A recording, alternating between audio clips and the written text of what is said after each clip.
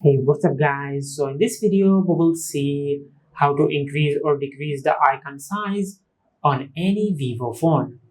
Now to do that, just open the settings app on your smartphone, then scroll down and tap on home screen, lock screen and wallpaper.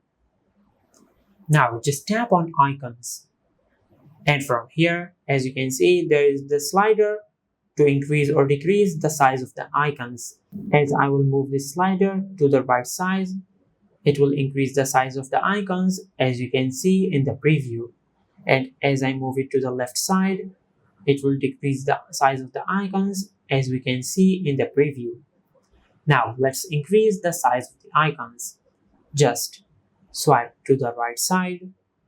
Now if you go to the home screen, you can see that we have increased the size of the icons on our smartphone. Now just go back to the settings app, and if we slide to the left side and if you go to the home screen, you can see that we have successfully decreased the size of the icons on our smartphone. And this is how you can increase or decrease the size of the icons on any Vivo phone. If you found this video helpful, please like the video and subscribe to our channel and hit the bell icon to get notified when we upload a new video.